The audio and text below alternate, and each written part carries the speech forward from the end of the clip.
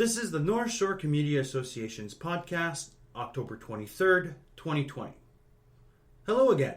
This is Max Cote, the NSCA Development Agent. And I'm Annie Lafrenière, the NSCA Programs and Communications Coordinator. We have another great interview this week. We'll present our fourth interview with a community member. Following this interview, we will have our usual news of community events and services. This is the fourth interview of a community member on the NSCA podcast. Again, we are live at the NSCA offices in Sept-Îles.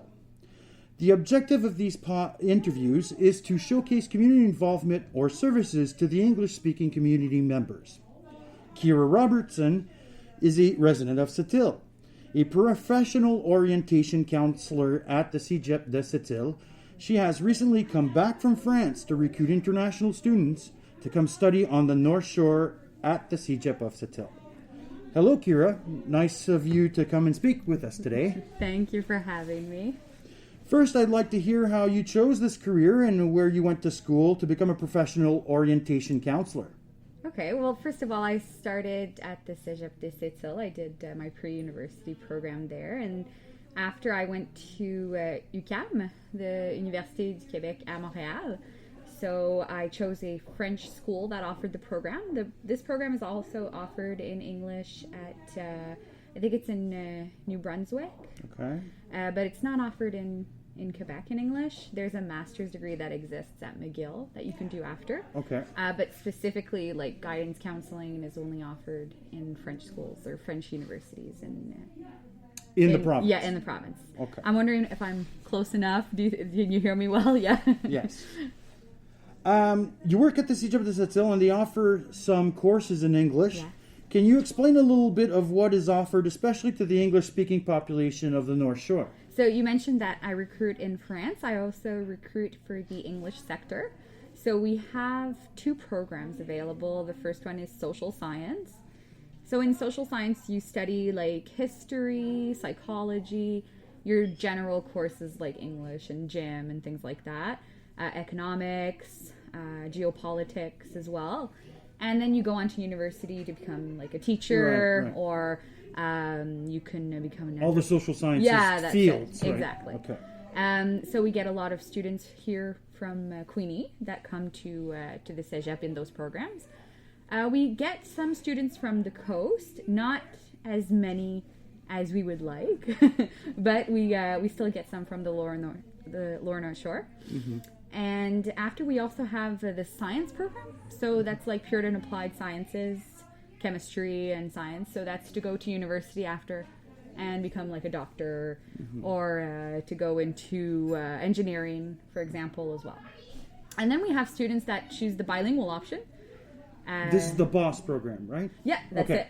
So BOSS stands for Bilingual Option, Social Science and Science, because we include the English students and also our bilingual students.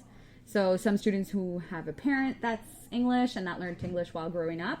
And we also have like French students that want to learn English and that have the possibility of learning English in cégep. Oh, I see. Okay. Because they're not, right now, you're not allowed, if you don't have an English-speaking parent, you can't go to high school in English. Yes, the high school sector or elementary. Or elementary. So if you have one parent that's English, then you can go. But some students want to learn English, mm-hmm. Some French students. So students from Manicoté often take bilingual option. Mm-hmm. So they're going to do like their science, pure and applied, like chemistry and all that in French. Mm-hmm. And then switch over to the English sector for their base courses. So they're going to take Introduction to College English, Humanities, Gym, and even French second language. So a certain advantage for sure if you're going into a field where English or multiple languages are somewhat of a prerequisite. Languages, law. Yeah. Okay, I see. And in science, especially, like if we have students going into medicine. Yeah. Right. So a lot of the science, the research are mostly in English, even if it's, well, it could be in Canada, but also a lot of scientific studies that are done in the United States, so that are done in English. Yes. So it's kind of the universal language. Mm-hmm. So that helps a lot. the students. Yeah.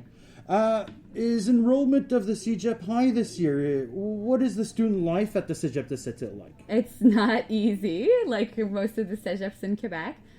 We chose to do like a mix of both. Mm-hmm. So we have online courses, mm-hmm. and we have courses that are in class to keep students motivated. Right. So for the first years, they have 5-week in class. Okay. Presence in class. So this week is one of those weeks. We're at week 5. Their week 1 and 2 was in class, mm-hmm. and week 5 is also in class. So they have like their normal schedule. They show up, and well, we have like the desks at 1.5 meters apart, and you have to wear your mask, in school and like everywhere else. Student life is a little bit harder, so we don't like actually have any activities where we're going to be serving like alcohol and things like that. Right. We're following the restrictions that were active at the time. Yeah. So no more 5 à 7 and things like that. We had at the beginning of the semester a cinema, like outdoor cinema. Yes. Drive-in, I guess. That's what you call it. I can't remember the name of what we call it exactly. And that was something really, really that the students enjoyed. Well, real quickly, what is the cégep like if it wasn't under or pre-COVID conditions? And what's the student life there at that cégep? Yeah, so there's a lot of activities every week. Mm-hmm.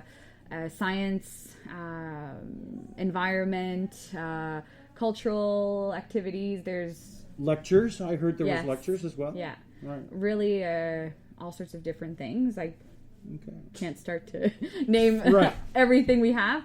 So this year we're trying to keep that alive because our theme in English is vibrant.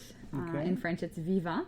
So we're trying to stay vibrant, right? Yes, and get our students, involved. But it's not as easy as the years before. No, for sure. How can a potential student reach you and get orientation services if they are in that need? So if a future student, say a student that wants to come study at the cégep de Sept-Îles, they can contact me by email. Mm-hmm. There's an English section on our site. Okay. It's www.cégep.ca, and then you have an English section. And in the English section, you have all the programs that are offered, mm-hmm. the services that are offered in English as well, because I'm not the only bilingual speaking person there. Great, so, good to know. Yeah, so bursaries and things like that. Jonathan Blais can help students with that. Mm-hmm. We also have Caroline Mayou, who's in all the student services, like more like activities and sports. Mm-hmm. And then there's me for everything that's academic. Is there any lodging support if they're out-of-town students? Yes, of course. So 2 minutes away from the cégep, you may have noticed that there are 6 buildings, and our students from out of town stay there. Perfect.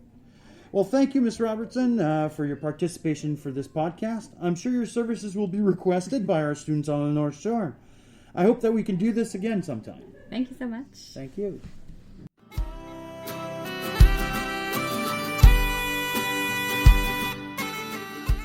I hope you enjoyed Kyra Robertson's interview on the cégep de Sept-Îles recruitment and services. Now we will present the community events and services. On October 31st at 10 a.m. at the Bibliothèque Le Manuscrit in Port-Cartier, the NSCA Bright Beginnings program is offering a storytime activity. Come and join our free family reading activity for 0 to 5 years old. For Welcome Back Special, we will celebrate Halloween with the craft of jack-o'-lanterns. Wear your best and scariest costume. As we respect the recommendations for public health, we limit the number of children that can attend. You must reserve your child's spot, and we have to limit attendance to only one parent per family. Adults will have to wear a mask during the activity. To reserve, contact the library at 418-766-3366. Hope to see you there. On Thursday, October 29th at 11:30 a.m., the NSCA would like to invite you to a free webinar presentation in English, delivered by the Centre de Justice de Proximité Côte-Nord, on judicial pardons. If you're interested in knowing more about the process of a legal pardon, this 30-minute session will help you to understand the mechanisms. This webinar presentation will be delivered with Facebook Live. If you are interested in this session, please call the NSCA offices of baie-comeau or Sept-Îles 418-296-1545 or 418-968-3148. In Sept-Îles, the NSCA has a 50-plus walking club on Tuesday mornings. A new location is selected every week. Some modifications to the activity can happen when the weather is not favorable. For more information, or if you're interested, call Charlene at the Sept-Îles NSCA office. The NSCA newsletter will be out soon, by mid-November. They will be mailed to our subscribed readers and available to you online on the NSCA website for you to enjoy. Read some more in-depth stories and events and services in our communities of the North Shore. Okay, that is the end of this week's show. We would like to remind you to stay informed on our Facebook page, as all services and activities are subject to change if unexpected situations arise.